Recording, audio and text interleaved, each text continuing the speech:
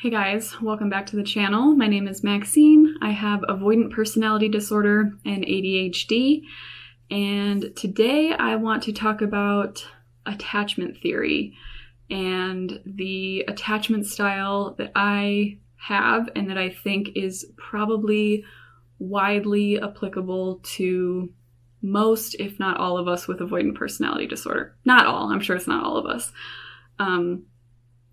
But I do feel like these attachment styles can probably very closely be correlated with some degree of accuracy to many of the different personality disorders. And I really do think that AVPD is one that has a pretty clear attachment style associated with it. And I'll get into that as we go along.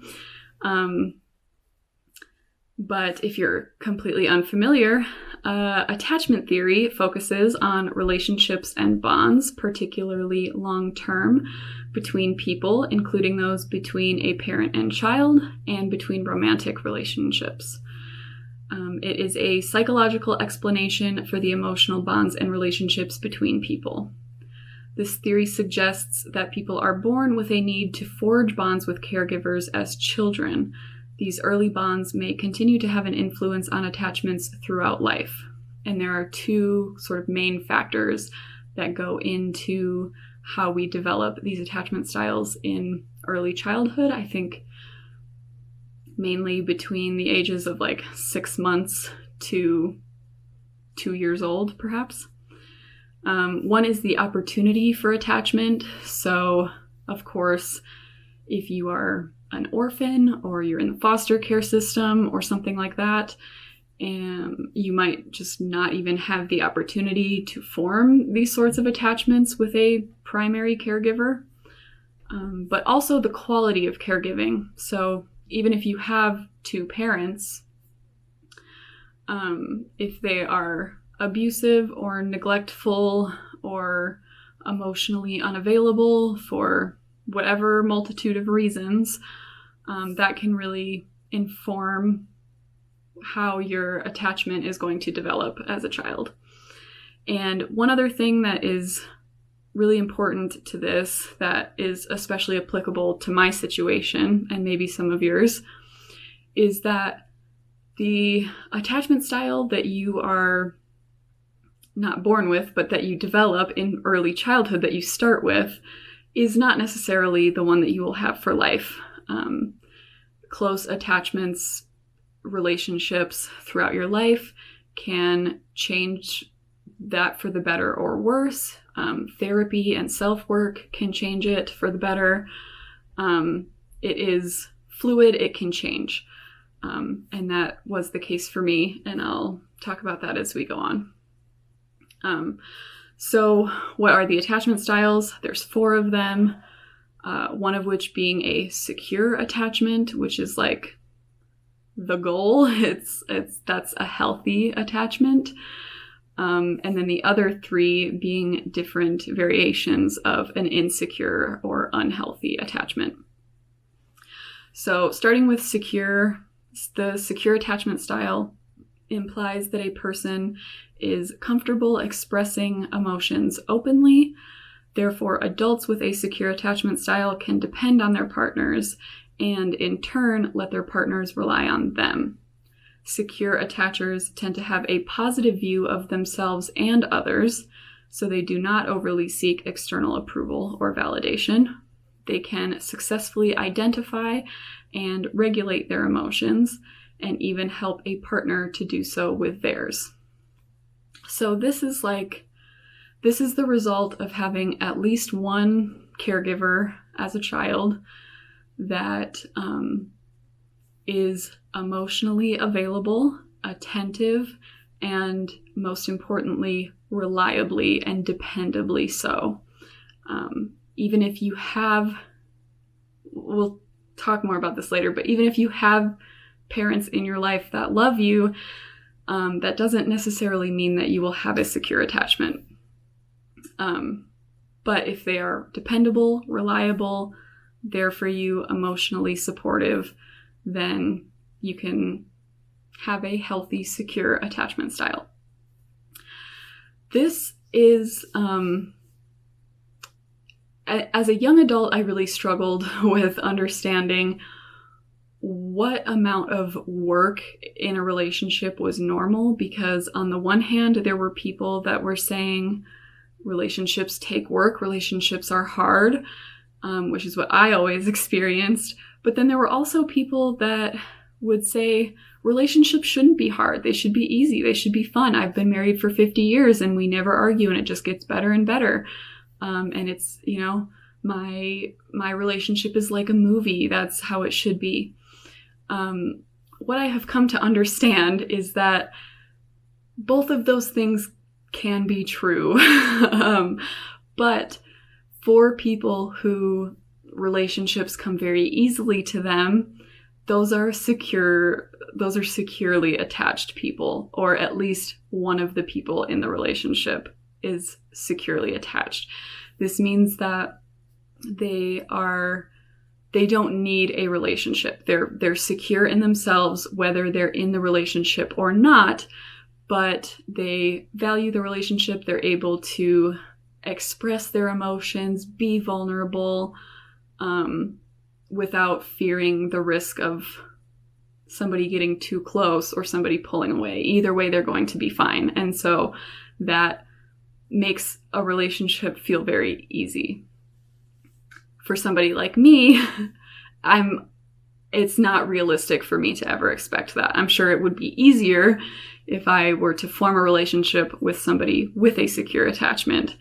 But I've never done that, so I couldn't tell you. So then there are the 3 insecure attachment styles, and we're going to start with avoidant attachment, because I think most people that are familiar with these attachment styles would assume that avoidant personality would mean avoidant attachment. But out of the 3 insecure attachment styles, I actually think this is the least likely, and I will explain. People with the avoidant, or also called dismissive attachment style, tend to have a positive self-view and negative one of others. Consequently, they prefer to foster a high sense of independence and self-sufficiency, especially on an emotional level.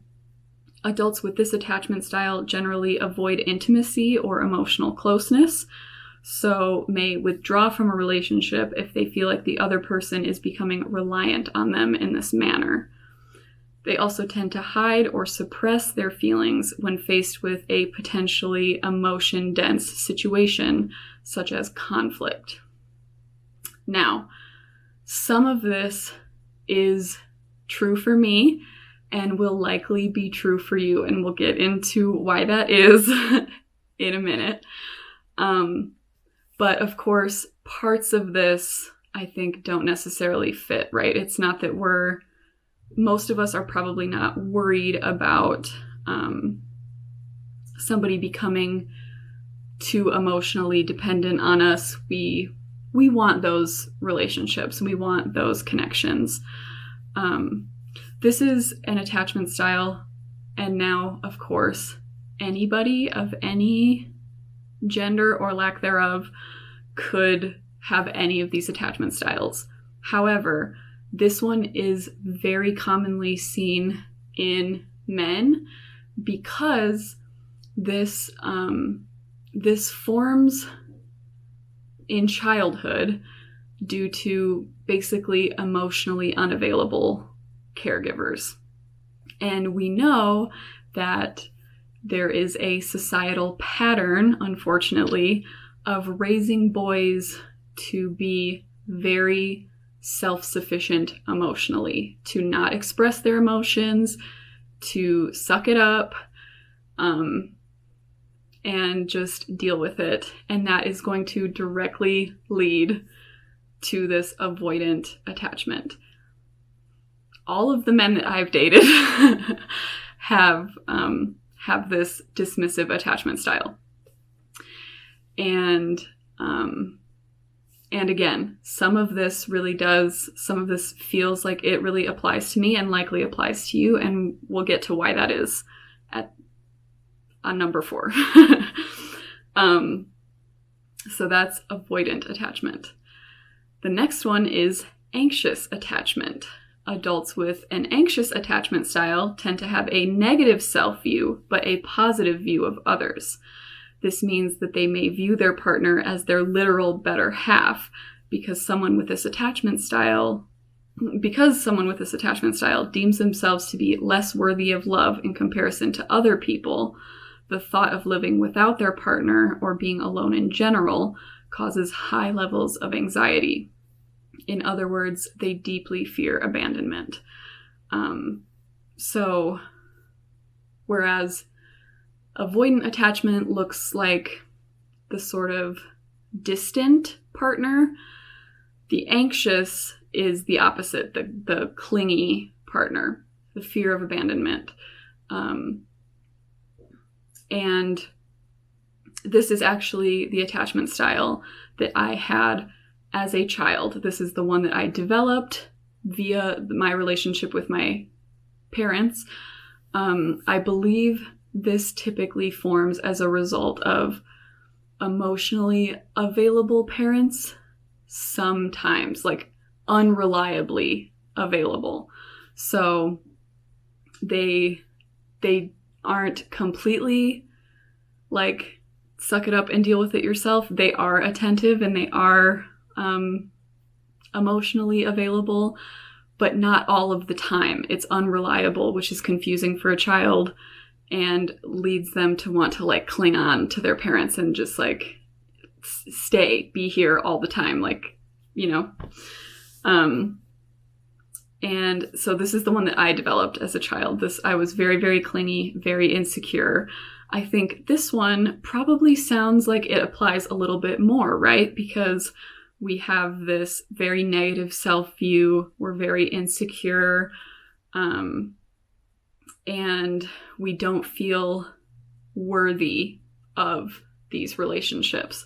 So when we get them, we want to cling to them a little bit more. But also, I think for many of us, we're getting there with this one, but it doesn't quite perfectly describe how we are. And again, we're almost there. So the 4th attachment style is, it's called many things. It's called fearful, it's called disorganized, fearful avoidant, anxious avoidant, but it is essentially a combination of anxious and avoidant attachment styles. And yeah, I'll describe it first before I get into it. People with the disorganized attachment style tend to vacillate between the traits of both anxious and avoidant attachment, depending on their mood and circumstances. For this reason, someone with this attachment style tends to show confusing and ambiguous behaviors in social bonds.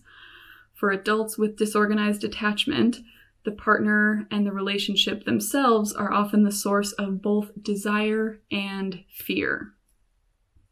On the one hand, fearful avoidant people do want intimacy and closeness, but on the other hand, experience troubles trusting and depending on others. People with this attachment style often struggle with identifying and regulating their emotions and tend to avoid strong emotional attachment due to their intense fear of getting hurt.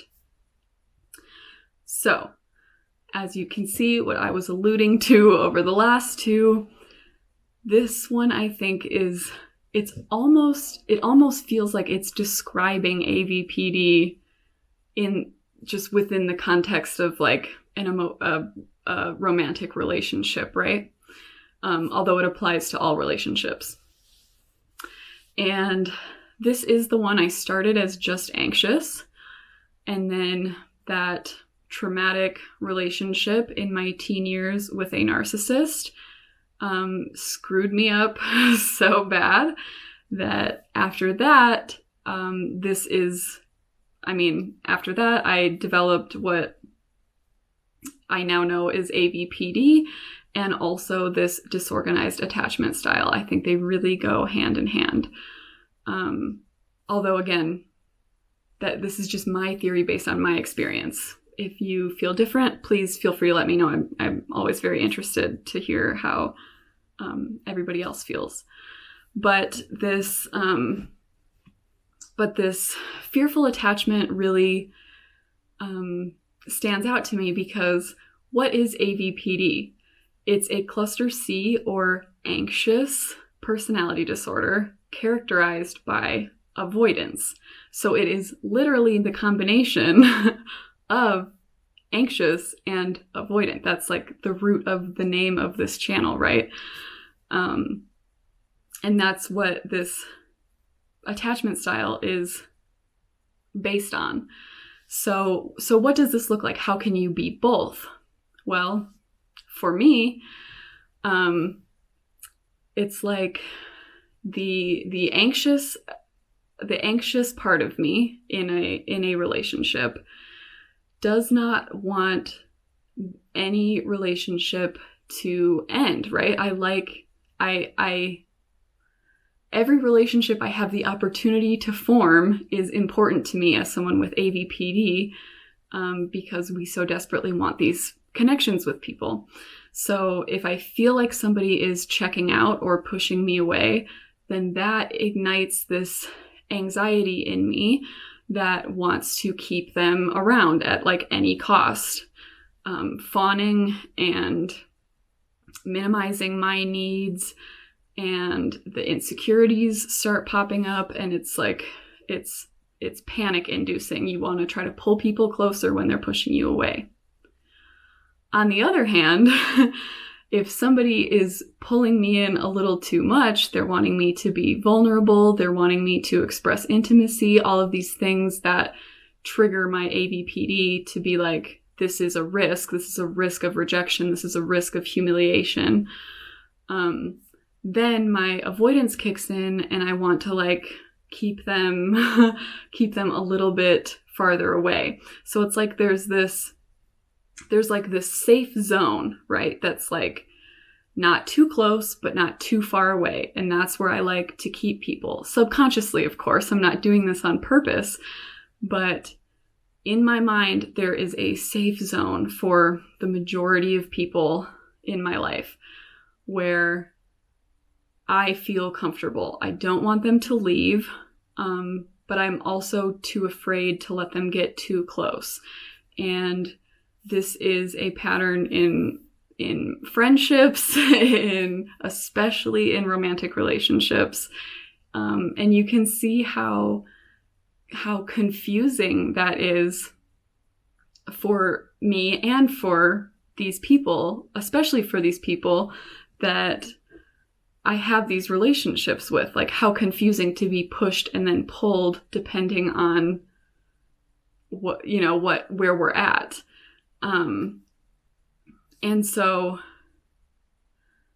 I'm assuming that dynamic is probably very prevalent among those of us with AVPD.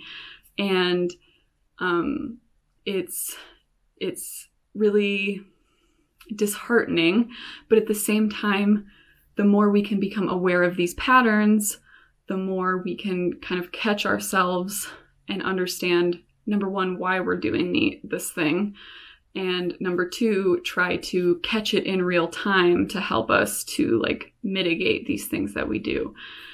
And the good news is, as far as attachment theory goes, is that there's a lot of resources out there about this, and it is theoretically possible for us to heal this disorganized, this insecure attachment style and become healthier. We can work on ourselves and change this about ourselves, but it does take a lot of work.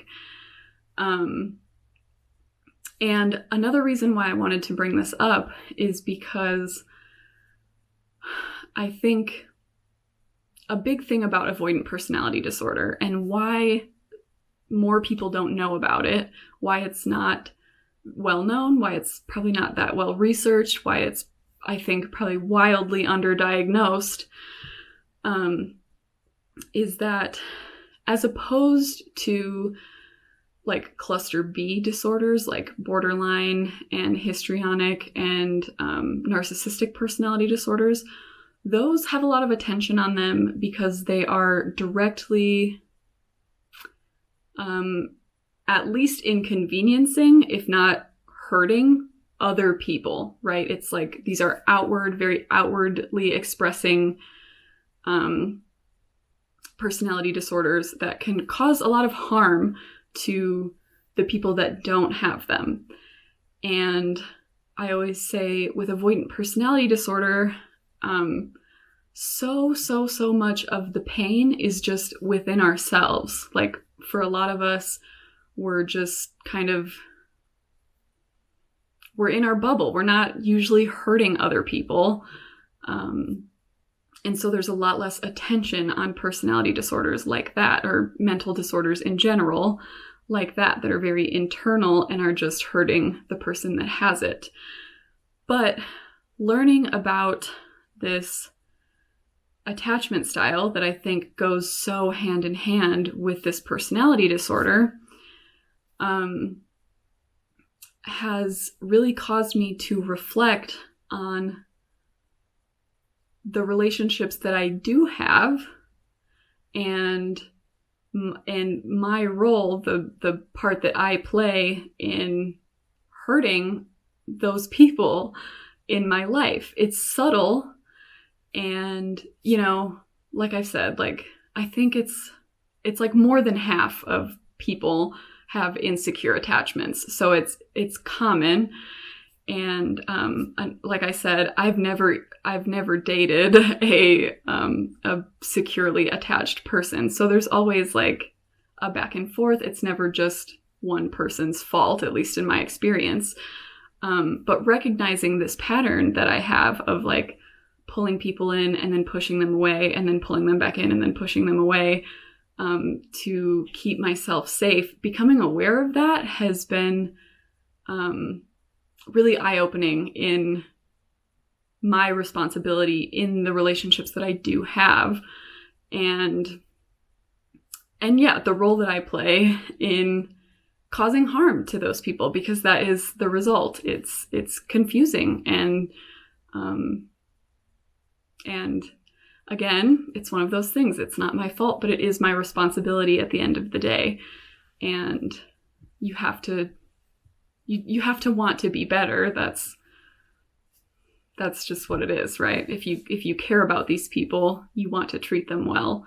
And in my pursuit of comfort and safety, it can cause hurt and it can cause harm and it can hurt the relationship over time.